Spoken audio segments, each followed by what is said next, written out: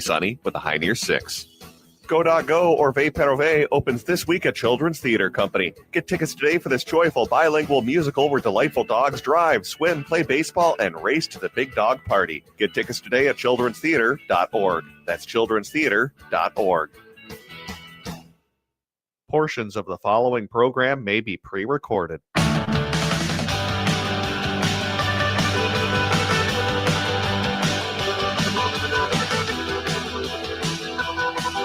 Broadcasting from the studios of AM 950 KTNF, the progressive voice of Minnesota, and airing on WCPT 820, Chicago's Progressive Talk, where facts matter. Welcome to the Gaily Show, the only daily LGBTQ progressive radio news and talk show in the United States. I'm your host, John Parker. My executive producer, Jim Pounds, is here with me in the studio. Hey, all. Also live streaming on our YouTube channel right now. And if you like what we're doing, please click that subscribe button and that like button and leave us a comment of how you are enjoying the show. All right. There is a lot to get to, as you can imagine today. There's some breaking news about Greenland that's just coming through over the AP news wire. Apparently, Trump is canceling his tariff demands, or that he was going to put on there. I don't know. I'm just sort of scanning over the headline here. Essentially, it says Trump cancels tariff threat over Greenland, says NATO agreed to framework of future Arctic deal. We'll take a look at that later in the show as I get into a commercial break and tell you what is going on there. But this Friday is the Ice Out of Minnesota Day of Truth and Freedom, which some are characterizing as a general strike. The themes of the day are no shopping, no school, and no work. And apparently the weather is going to cooperate, because it is going to be negative 12 degrees here in the Twin Cities on Friday. Bitterly cold with sunshine and few clouds, according to AccuWeather. So folks may not want to go out anyway, even though that will be problematic for the 2 p.m. march that is supposed to be in downtown Minneapolis, but with an extreme cold warning that is slated, according to AccuWeather, from 9 p.m. Thursday to 11 a.m. Friday, and then an extreme cold watch until noon on Saturday from Thursday evening. Well, and the temperature you're giving is the high for the day, but it'll be much colder than that. You know, in the morning, what I'm showing is minus 22 air temperature for all of the people not in the Twin Cities. That's daunting for a Minnesotan. And well, the real feel, according to AccuWeather, is going to be negative 26. Yeah. So I don't know what that's going to do for the march on Friday afternoon, but I am going to an organizing meeting.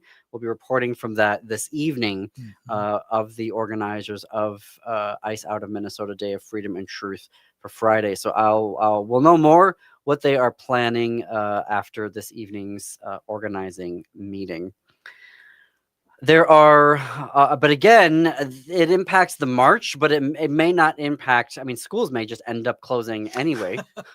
And you can, who wants to go out and shop in what temperatures that are going to feel like negative 26 degrees? And Bring Me the News is keeping a list of all of the businesses that are closing for the day on Friday. And I thought, oh, well, I'll just go in and quickly count up all the businesses. That's what I was going to suggest. To give you a sense. And I stopped after about 30 because I kept scrolling and went, oh boy, like it's just I'm still scrolling, still scrolling. I'm still scrolling on this page. That's how many places are going to be closed in the Twin Cities, from pet supply to restaurants to textile centers to Tangletown Gardens. I mean, it is just such a huge cross section of businesses that are going to be shut down. And there are people on Friday. There are people still putting Facebook posts and other messages out that they have just decided to close. So I think it's going to be a cascading thing, and that by Friday, and this of course is the organizers' hope, that it basically looks like Christmas Day and nothing is open, and that would be great. That would send a message to the oligarchs, I hope. that level of coordination, I think, also is important, and we'll see what happens with schools. I know that I was reporting on this yesterday. The IFO union, which represents faculty members at the public universities in Minnesota, not including the University of Minnesota, they have sent out an email to their faculty encouraging them to participate in the ICE Out of Minnesota Day of Freedom, Truth and Freedom. We'll see what other happens with other institutions like the University of Minnesota and other colleges and universities here, particularly the private ones. Tomorrow, apparently, the vice president is going to visit Minneapolis, though we don't know much about it, except that it's going to be a roundtable meeting with local leaders, but we haven't been told yet who the local leaders are going to be. Ostensibly, it's not going to include Minneapolis Mayor Jacob Fry or St. Paul Mayor Gaily. Maybe it will, maybe it won't, because they're being very tight-lipped about who's going to be in this meeting of local leaders. Wouldn't be surprised if it's just Republicans who are there. Supposedly, the quote that we have here is that he will be, quote, delivering remarks focused on restoring law and order in Minnesota. How about that?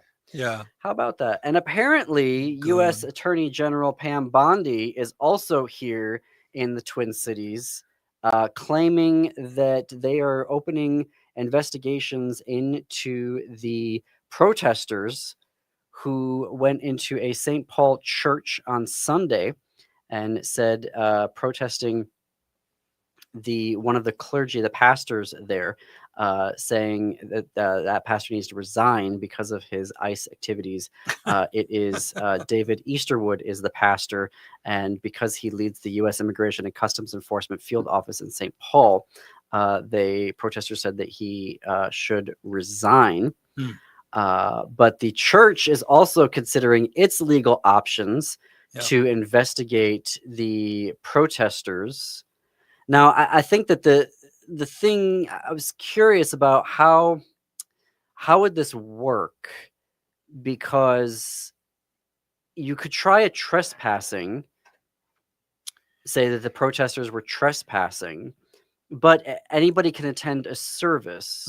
So is it trespassing if you were attending the service and then said, well, wait a minute, I'm also here to protest?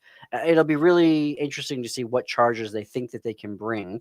Obviously, it won't stop the DOJ rather from bringing forward charges. We do know now that both mayors of St. Paul and Minneapolis have been served subpoenas. St. Paul Mayor Gaily is complying with the subpoena that was delivered by the Department of Justice yesterday on Tuesday. Her's office said that there were several other local leaders that received them as well. And she said at a public event on today, Wednesday, quote, we are talking with our legal team and figuring out a path forward. We want to make sure that we really understand and comply. We have done our best to prepare for I believe, the lawlessness of ICE and their agents and how our cities have been under siege, end quote. That was St. Paul Mayor Gaily. What we know so far from Minneapolis Mayor Jacob Fry's office is that obviously received the subpoena. They are reviewing it, and we don't know beyond that. But I do want to say that this evening in the 5 p.m. hour here on AM 950 radio, Minneapolis Mayor Fry will be a guest of Native Roots Radio. So don't know if they'll have some breaking news related to the subpoena, but they will be in conversation with him, and obviously ICE and its effects on the Native American and Indigenous community will also be front and center to that conversation. So we'll see what happens. Tune in the 5 p.m. hour today on AM 950 related to that. I don't know if y'all watched I didn't, the press conference that President Trump gave yesterday touting all of his year one victories. Weirdly, he sort of softened his tone about Renee Nicole Good. But the part that got me is that he mentioned that her dad was a Trump supporter and how he still hopes that he is, that Good's father is still a supporter of his. Sure. And I just thought that was so Well, he has the gross, intelligence of a egregious. 12-year-old, and he's a petty, small person, and he is attractive to petty, small people, small-minded people. So there's nothing that he says, there's nothing that Vance says that's worth listening to. Truly, I hate to say that, but I've never heard anything worth listening to from either one of them. I find they degrade anyone that listens to them. So I'm curious though, if we're empowering this is not a legitimate Department of Justice. This is a politicized Department of Justice that's used to serve the little Mr. King, the I've always hated myself, I'm a fat, ugly boy, and I want somebody to be respectful of me. So he's got the DOJ acting out his immaturity in front of everybody. So a subpoena from the DOJ, of course, you have to at least recognize it, but it's coming from a place of a horrible, of America's Mussolini. So I don't want to keep elevating it and using this formal language as though it's a legitimate subpoena. It's a grievance subpoena. Everything they do is a grievance subpoena. Now it can have consequences because we've allowed this moron to rise to this position of no accountability. And look at all the trash he's brought along with him. He's brought garbage bags of people that normally would not get, they'd be sweeping out the Walgreens after it closes. But now they've got $50,000 signing bonuses and they're running around with guns threatening people. That's trash attracting more trash. And so I don't like talking about it as though, they've got a subpoena from the, he's playing a very dangerous game. And he's denigrating all of our institutions in the process. The DOJ now, to me, is the same as Mike Lindell, who is an almost certifiable moron. How does this guy even run a business? He's not even a capable business person. The same is true with Donald Trump. He's not a capable business person. The thing about DHS and frankly, all of the statements and press releases that they're making is that they need to provide actual evidence. Now, I mean, as a someone who wants facts and wants to report facts here on the show, it's become increasingly obvious that a DHS statement or press release can be very misleading, can be very sometimes outright lies, and so you need to fact check that. And so I always get very nervous even quoting one of those things. I'm basically could be just quoting someone who's lying at you, and is that the other side of the story? Maybe, maybe not. You're listening to The Gaily Show on AM 950 KTNF, the progressive voice of Minnesota, and WCPT 820, Chicago's progressive talk. See you on the flip side of this break.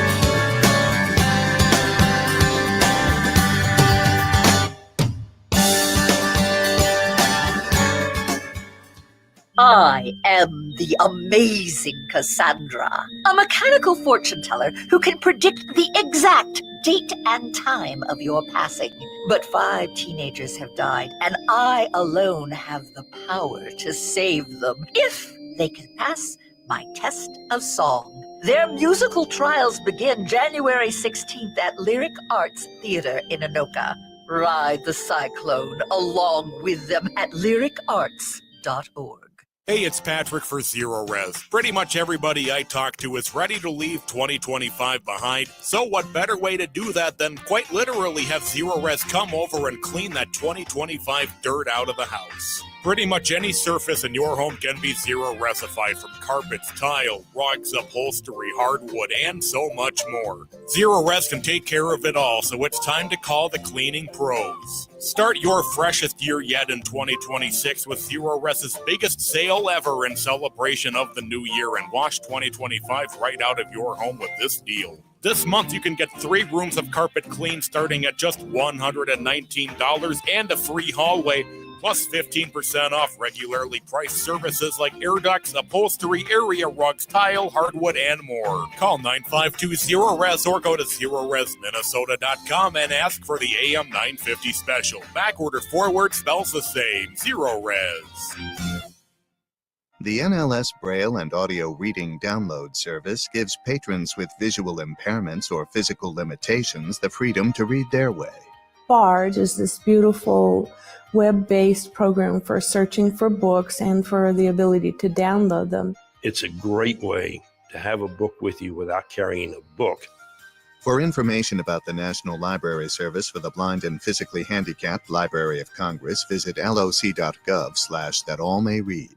In today's uncertain times, Woodland Stoves and Fireplaces believes that a fire can add comfort and security to your life. At Woodland, our mission is to connect you to a place for fire that works. Woodland Stoves and Fireplaces installed our wood stove years ago, and we still love it. Watching the fire, feeling the heat is the joy we experience every day.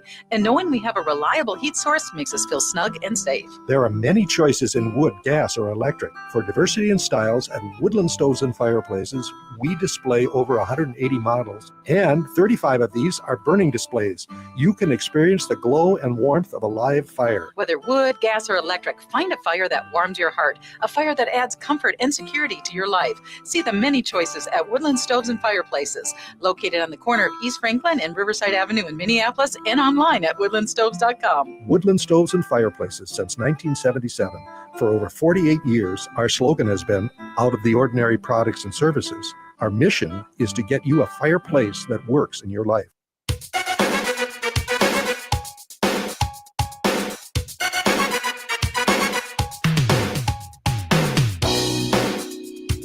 Welcome back to the Gaily Show. I am John Parker. We are coming up on the bottom of the hour. With me in the studio is my executive producer, Jim Pounds. Before the break, we were talking about how it is very hard from a journalistic perspective to trust what the federal government, particularly DHS, is handing to us because, journalists want to report both sides of the story, but what do both sides mean when one side is lying? Like, do lies constitute the other side of the story? And I want to, say here, like, for instance, yesterday, both Border Patrol Chief Bovino, or Border Patrol Commander Bovino, and Trump in his press conference were saying that they've arrested 10,000 people in Minneapolis and Minnesota, but they don't provide access to the numbers.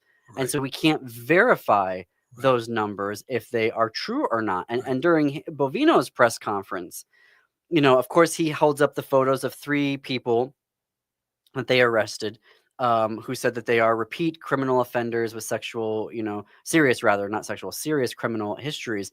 And he said in that press conference, quote, "It's very interesting that I haven't seen this individual or many others like him reported on very much by the local news media or the state news media. That's interesting," end quote.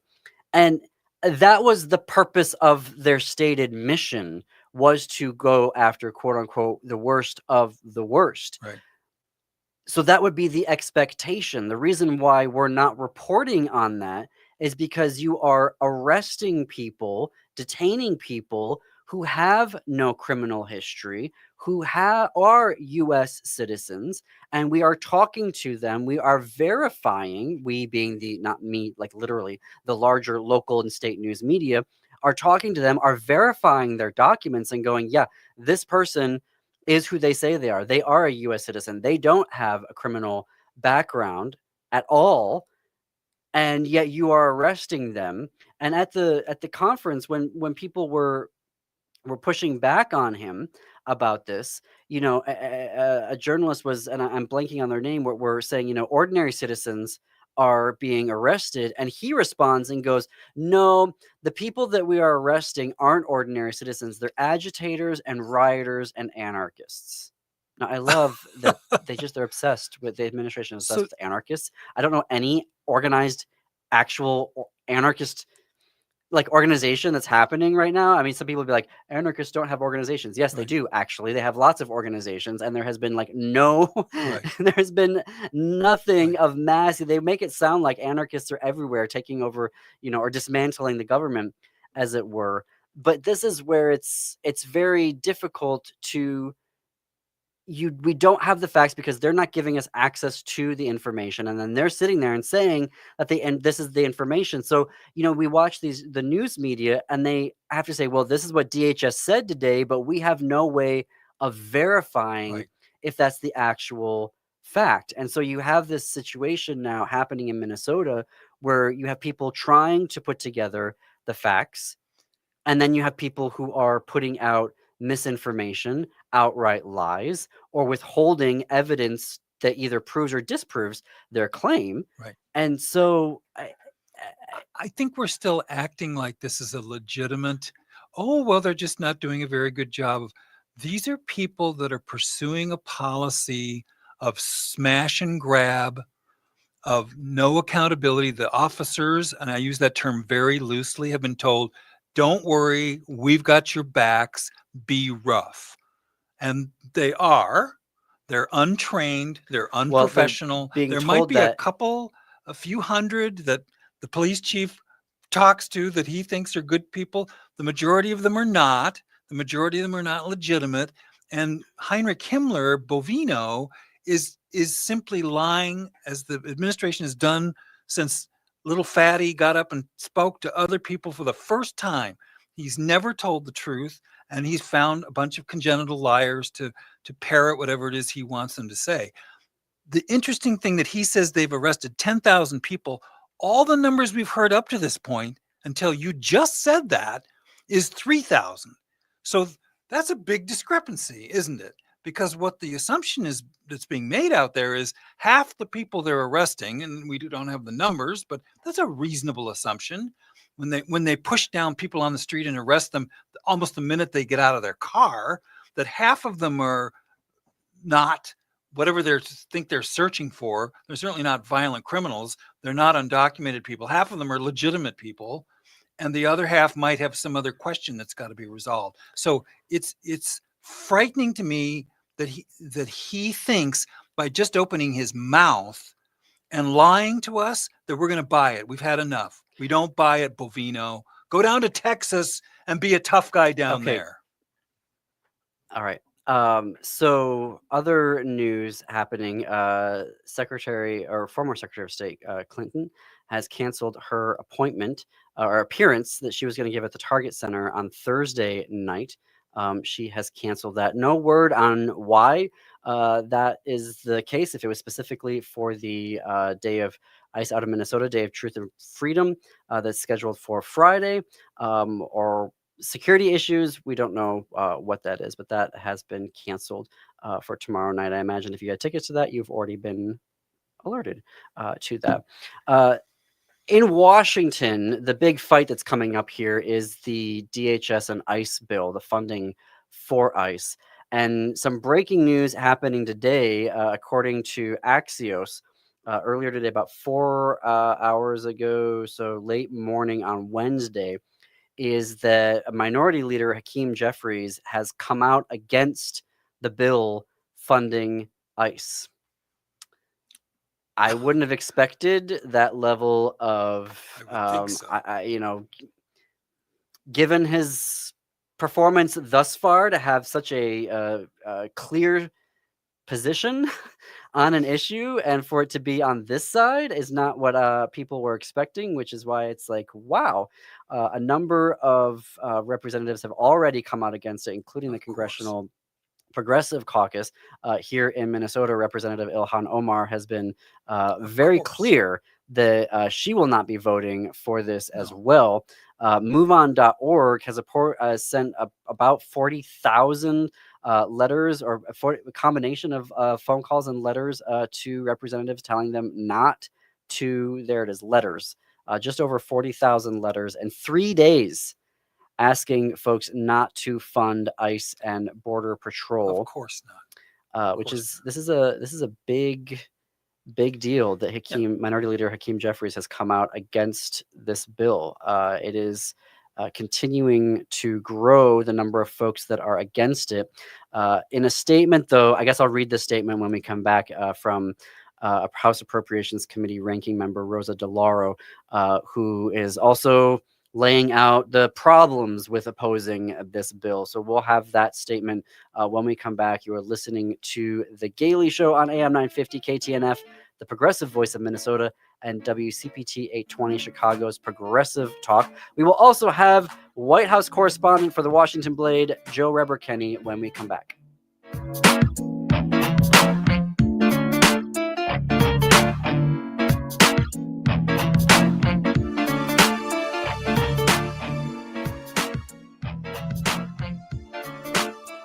Hey, Minnesota, it's Brad Friedman, host of the Bradcast. We'll expose and make sense of all of our current political nightmares and more every weeknight at 7 on AM 950. Located just north of 50th in France, the Great Wall Restaurant has provided a delicious taste of authentic Chinese cuisine since 1981. Specializing in Szechuan and Peking dishes, they offer one of the most extensive menus in the Twin Cities. Favorites include hot and sour soup, pan-fried dumplings, and mushu pork with homemade Chinese pancakes. Stop by their Edina location or call for takeout at 952-927-4439. See the full menu at greatwallrestaurant.us.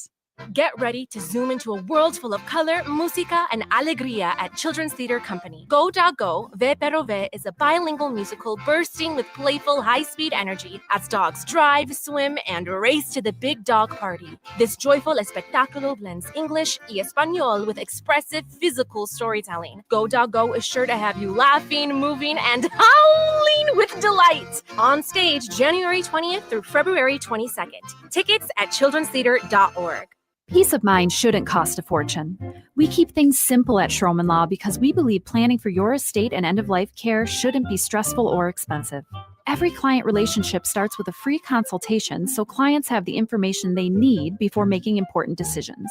From there, we work closely with clients to ensure they are choosing the most efficient and cost-effective plans for their specific needs. Schedule a free consultation today at schromenlaw.com. That's SCHROMEN law.com. Hi, I'm Beth Thompson, owner of Big Hill Books in the charming Bryn Mawr neighborhood. Our customers call us the happiest bookstore in the Twin Cities because here, joy isn't an escape, it's resistance. You'll find bookshelves full of inspiration, two cats who think they run the place, and Gigi, our gentle shop dog. Visit us at 405 Penn Avenue South or online at bighillbooks.com. And be sure to say you heard about us on AM 950. We can't wait to meet you. Hey, Chanhassen and Eden Prairie. It's Alex with Buzzcut Mowing. Winter's on its way. Why spend your morning shoveling snow when I can take care of it for you? I provide fast, thorough, and reliable snow removal. Your driveway and sidewalk stay clear, safe, and completely stress-free. Stay warm, skip the back-breaking work, and let me handle all the heavy lifting this season. Visit buzzcutmowingmn.com today to make winter easier, safer, and more enjoyable with Buzzcut Mowing. With your AM 950 weather, I'm Brett Johnson. Look for some light snow throughout today with a high near 23. Tonight, partly cloudy with a low around 2. And Thursday, sunny with a high near 6. From bold Szechuan flavors to tender Peking Mandarin classics, the Great Wall Restaurant offers something for everyone. Try favorites like the mushu pork and beef and broccoli. The Great Wall Restaurant is located at 4515 France Avenue, and their full menu is available at greatwallrestaurant.us. That's greatwallrestaurant.us. AM 950 KTNF, St. Louis Park, Minneapolis, St. Paul.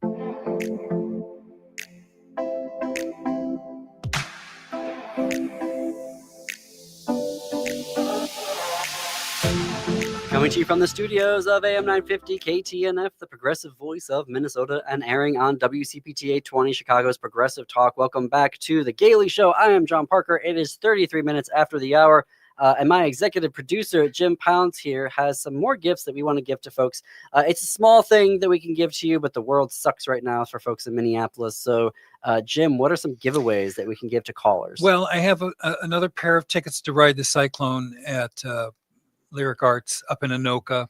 This is I wish we could play the music to that. It's so fun. We for rights issues, we can't play the music to tell you why you should go and listen to this. But I'm trying to figure out. I think the best thing for you to do when you call in at 952-946-6205 is indicate if there's a date this weekend that you want to go: Thursday, Friday, Saturday evenings, or Sunday, because then this weekend. Yeah, it does run into the next week, but I think we're going to get another pair of tickets to give away. So, for example, on Friday, if you're like, I don't want to spend any money, well, call in for tickets on Friday, and you won't be spending any money because they're free, right? So that's a way of finding something to do on Friday and not spend any money. I'm assuming they're going to be running. I believe they are. But 952-946-6205. It's a mystical 7-person cast. It's a show that's not done very often. And if you're a musical theater lover, you need to see this one because it's hard to find productions of it. So that's my recommendation. I really like the music, and I wish that we could play a little bit of it here. But the number is 952-946-6205 to claim a free pair of tickets to Ride the Cyclone at Lyric Arts in Anoka. You can pick the day that you want to go this weekend. All right, we have some breaking news happening here. The U.S. 8th U.S. Circuit Court of Appeals is now allowing officers, ICE agents, to use tear gas and other steps against peaceful protesters while the administration pursues an appeal. This is just breaking right now per AP News. A U.S. District Judge Menendez last Friday stopped ICE officers from being able to use aggressive tactics against protesters and folks who are exercising their First Amendment rights. Now the 8th Circuit Court of Appeals has said, no, go ahead and do that. Yeah, just so sure. That's breaking right now. Fantastic. Thanks, 8th District. Fantastic news. Appeals Court. I wanted to read the statement as we also knew breaking news today that House Minority Leader Hakeem Jeffries is not backing the bill to fund ICE. He's supporting other pieces of legislation to a January 3rd funding deadline, but is not supporting the bill to fund ICE. However, House Appropriations Committee ranking member Rosa DeLauro, in a statement today, Representative DeLauro is a Democrat from Connecticut, wrote in a statement, "I understand that many of my Democratic colleagues may be dissatisfied with any bill that funds ICE. I share their frustration with the out-of-control agency. The Homeland Security funding bill is more than just ICE. If we allow a lapse in funding, TSA agents will be forced to work without pay, FEMA assistance could be delayed, and the U.S. Coast Guard will be adversely affected, all while ICE continues functioning without any change in their operations due to $75 billion it received in the One Big Beautiful Bill. A continuing resolution will jettison the guardrails we have secured while ceding authority to President Trump, Stephen Miller, and Secretary Noem." I think that is the rock and a hard place that they are operating in right now. But we will be following this story, obviously. But right now, breaking news that Minority Leader Hakeem Jeffries is opposing that particular bill. All right. Joe's here. White House correspondent for the Washington Blade, Joe Reber-Kenny, joins us bi-weekly on Wednesday afternoons. And folks, this White House correspondent has been very, very busy in 2026. He's been everywhere from the White House to inside the Supreme Court, listening to oral arguments in 2 cases last week. He joins us now, also running in from other meetings that you've been reporting on today. Joe, thank you for taking the time to be with us. Of course, thank you all for having time to spend with me. I really appreciate providing for you guys providing a platform for me to talk about my stories and issues of national LGBTQ importance. So thank you.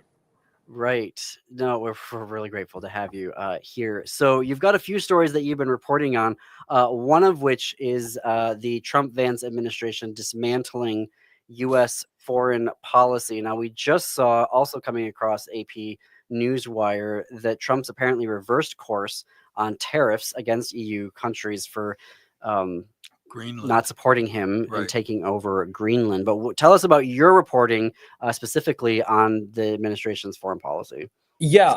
So the former U.S. LGBTQ envoy Jessica Stern and a few major human rights groups have said that the Trump-Vance administration has dismantled key rights, particularly related to LGBTQ foreign policy infrastructure that has been, very important to U.S. foreign policy and pushing the narrative of human rights internationally, which the U.S. seemed to formerly be kind of a leader in, and now seems to be backsliding a tad bit, as we've seen under the Trump Vance administration.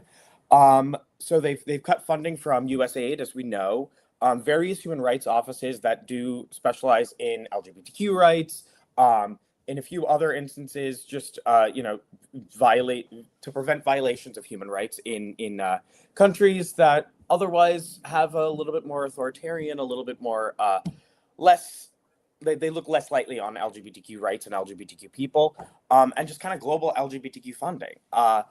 So the USAID, as we know, it was gutted, but global LGBTQ and intersex groups lost $50 million in funding this past year, according to this new study, which is an insane jump from 50 million to zero.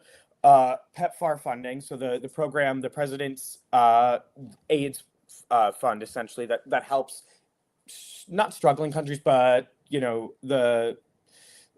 multiple countries, specifically in Africa, are the biggest ones with AIDS and HIV related issues. They were suspended and shut down. Multiple State Department offices were eliminated, and as I just mentioned, the LGBTQ envoy was closed. But it's not specific to LGBTQ issues either. There's a global women's issue ambassador. She was, cut. The racial equity and justice group within this USAID was cut, and the U.S. withdrew from the UN Women, which comprised of 60 international bodies to promote human rights, particularly for women. And so it's a little disheartening to come across that news in the morning, to see that the country doesn't seem to be focusing or caring as much about the human rights as it does the foreign economic policies. Yeah. So yes, depressing. Joe, I'm curious though, how does the administration reconcile that with their statements that we need regime change in Iran specifically to promote LGBTQ rights? Yeah, I don't have the actual quote related to that. I've got one related to Venezuela. Unfortunately, right now, because that's also another country that has faced some human rights abuses. But Iran is a particularly interesting case. I wrote a story about it last week. Given the whole, I don't want to say uprising yet, but there's widespread protests across the country.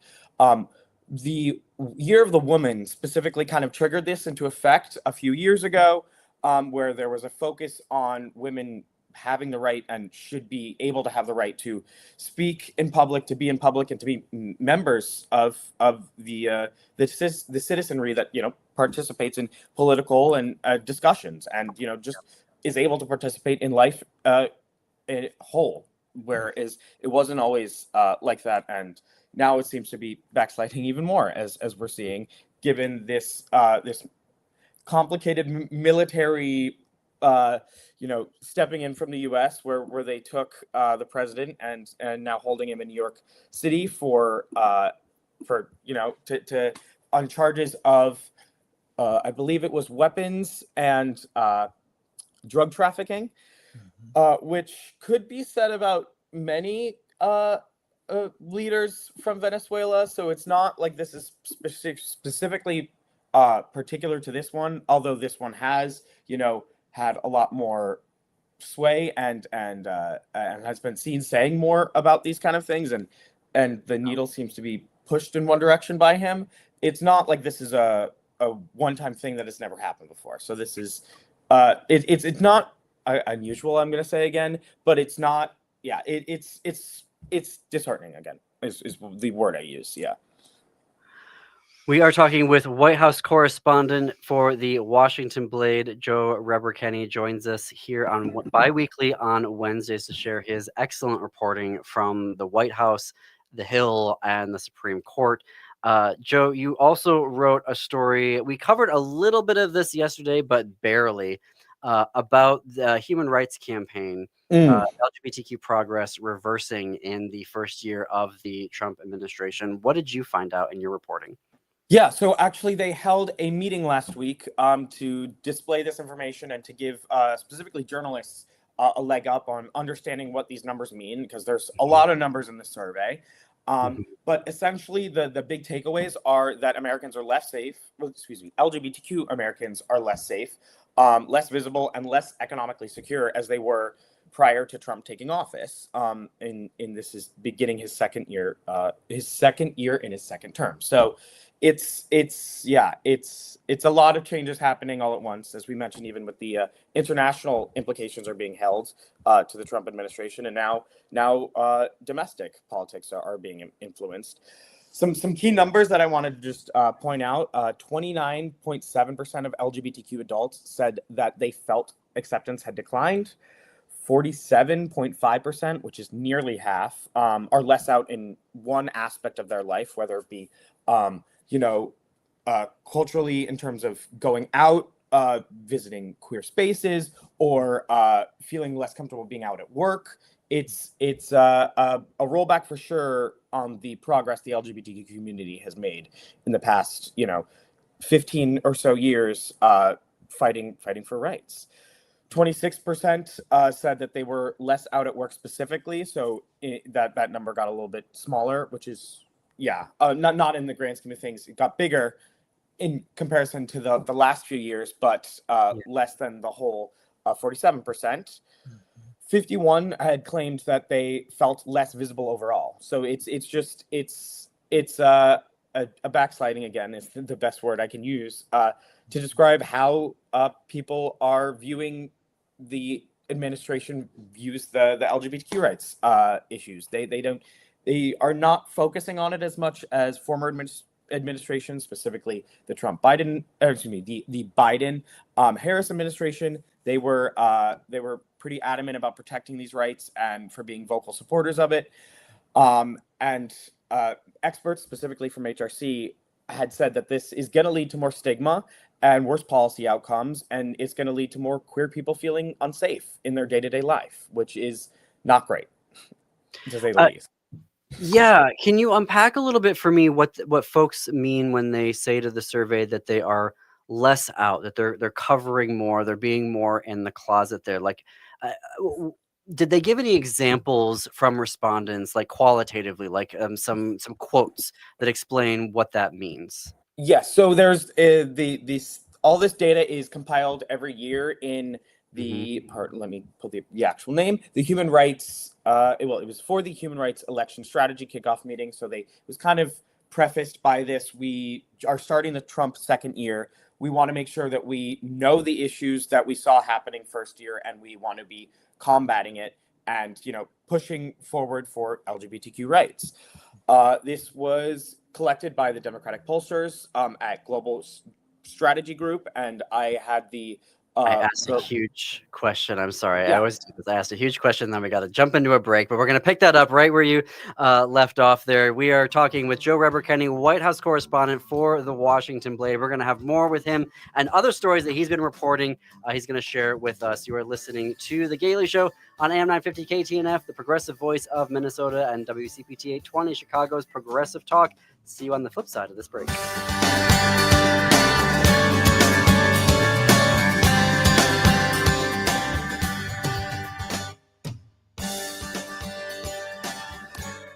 Theater in the Round Players is kicking off the year with a beautiful new production of How to Catch Creation. It's a soulful drama centered on the powerful legacy of a Black feminist writer from the 1960s. Her story reaches across time, weaving together the lives of 4 artists searching for art, family, and a place to belong. You'll be captivated by this profound exploration of identity. Experience How to Catch Creation at Theater in the Round now through February 8th. Tickets at theaterintheround.org. Hi, I'm Mary T. Caring for others runs deep in my family. My grandmother, Rosa, was a nurse who cared for people in their homes more than a century ago. Inspired by her compassion, my mother, Margaret, and I founded the Mary T. family of companies nearly 50 years ago. Today, we continue that legacy across Minnesota, Wisconsin, Maryland, and Arizona, providing senior living, assisted living with memory care, home health, hospice care, rental housing, and support for people with disabilities. Each service is personal, creative, and focuses on the unique needs of those we serve. We also believe in joy and community, which is why we opened Crooner Supper Club in Fridley, a place to celebrate life with music, laughter, and connection. At Mary T, we're proud to be a Minnesota family company rooted in compassion, inclusion, and respect, and proud supporters of AM 950 and the values that this station represents.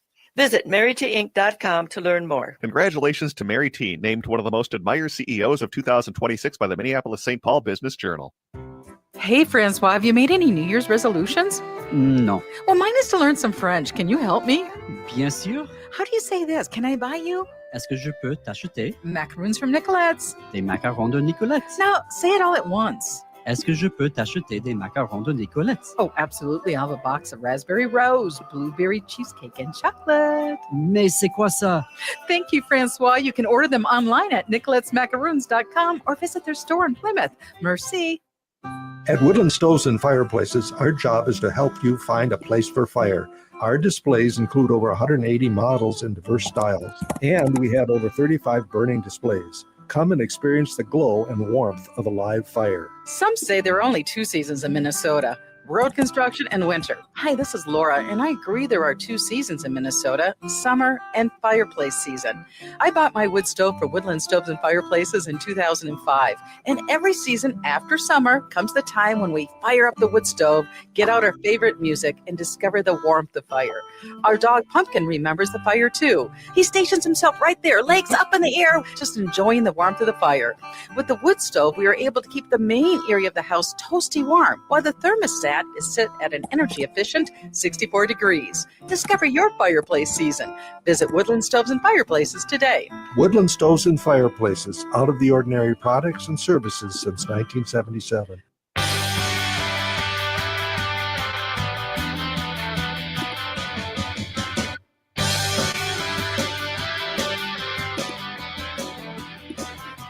Welcome back to the Gaily Show. We are coming up on the top of the hour. Congratulations to Nancy for winning our tickets to Ride the Cyclone at Lyric Arts. We hope you have a great time, Nancy, and whoever the guest is that you decide to take with you. Since 1969, the Washington Blade has been the nation's independent source for fearless reporting, earning the paper the moniker, the newspaper of record for the LGBTQ plus community.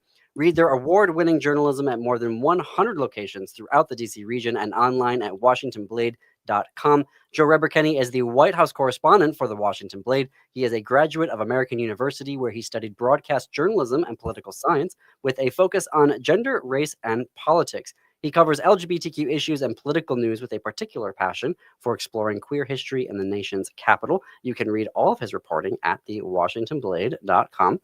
Joe, before the break, you were telling us, you were kind of breaking down for us this new report that HRC does on an annual basis. There's also some pollsters that were involved in this report, looking at the future of how it's going to impact elections. Why don't you pick it up there for us and what you found out? Yeah, I actually wanted to answer your question. I kind of was going a roundabout way of answering it, just because there is so much information and context to this study that I feel is really important. But you asked specifically about like the questions asked and the methodology. So it is a little bit more, it's I don't want to say less scientific, because it is still scientific, but it's a little bit more personalized to each person taking the survey. Questions related to outness are specifically like, do you feel more out at work? So it is very, it varies per person. So one person's outness could, level of what they believe to be out could differ from another person, which could, could make do with the numbers that we've got, like that. It could explain why the numbers are maybe a little bit more larger than expected in past years, but also as we saw, the Trump administration is kind of shelving LGBTQ rights all around the world, and domestically. So yeah, that's what I just wanted to answer, was like a lot of these questions are self actualizing, I guess is maybe the right word to use, and it's case by case, person by person basis who did answer the survey, which HRC does put out every year. And it's a little disheartening. That's the It word I might keep using. it might be as simple as taking your partner's photo off your desk, that Mm. you used to have. It could be that, something subtle like that. Say, Joe, I just have a real quick question. Can we give the national spotlight back to you? We don't like it. We don't like it on Minnesota. We've had a terrible 2 weeks, and we'd like you to take it back. So whatever 6 you can weeks. do to make that happen, would you do Yeah. that? Okay. Unfortunately, we're gonna have to stay in Minnesota just a little bit longer. Yesterday, I was able to interview the lawyer of Renee Good. I'm still working on that story right now. Okay. Had a fantastic conversation about why everything has happened in the past 2 weeks there. What does this mean specifically for LGBTQ rights? What does this mean for LGBTQ people protesting? And why has ICE kind of emerged as this new, almost private military operation conducting in the United States? So it's so unfortunately not yet. We got a little bit more on Minnesota to do, but right. But then hopefully we'll switch back over to the White House, I guess, if that's any better. But we'll see. You mentioned private army. So folks, tomorrow David Reddish, a fan favorite of the show, will be back, and he was telling me that the number of days that ICE agents are trained, like the length of the training, is 47 days. Yeah, it's that long. So it's like they're even saying like he's the 47th president and we're going to train you for 47 days, and basically just making that very explicit tie-in that you work for Donald Trump, not the Yeah. American I recently read a study. A journalist, actually, it wasn't a study. It was a kind of investigative reporting piece. A journalist who did formerly serve 2 tours in Iraq. She applied to get a job with the ICE just to see how the structure is going, what happens, and she was accepted within I believe it was like a 90-second meeting. It was super quick. Yep. It is like again, given she has some military expertise, but it's kind of questionable now, given everything happening and these officers being used against the American public, if military expertise is really what we should be focusing on regarding immigration and customs enforcement, which is what ICE stands for. Again, it's not a private army of Trump as it seems to be, but that's another thing I wanted to point out, was just it's speed tracking in every regard possible. Yeah. I mean, when Stephen Miller, though, on Sunday is telling local law enforcement to surrender and stand down, it's wild to me how they are trying to. It feels like in 2025 they try to use the National Guard, to go in everywhere, your city included, and now the judges have basically said, no, you're not going to do that. So now they're trying to go the route of ICE and use that, which is scarier because ICE literally has apparently no guardrails whatsoever, unlike the National Guard does. It's all these things we're learning about our government right now is wild. We have just like we don't have enough time to get into your story about what's happening in Florida, basically slashing HIV medication for over 16,000 people. Thank you. Is this real briefly, is this a Governor DeSantis situation, or is this the Trump administration having an impact specifically on Florida? It's definitely more Trump administration. It's because of the big beautiful bill. They were told to cut a bunch of funding for their state, and this is where they decided to cut it, which was HIV medication and HIV/AIDS funding for testing. It's a lifeline for hundreds of thousands of Floridians and people across the country, and to see it in one of the most populous states is Yeah. Joe, thank you so much for joining us today. Read all of his reporting at WashingtonBlade.com. We will see you back here in a couple of weeks. Ooh, I gotta go. Up next on WCPT 820 is Democracy Now! Here in Minneapolis, it is the Matt McNeil Show. Stay tuned after that for the Minneapolis Mayor Jacob Fry on Native Roots Radio. Goodness. And until this time tomorrow, I will learn how to talk and keep it queer, America. Keep it queer.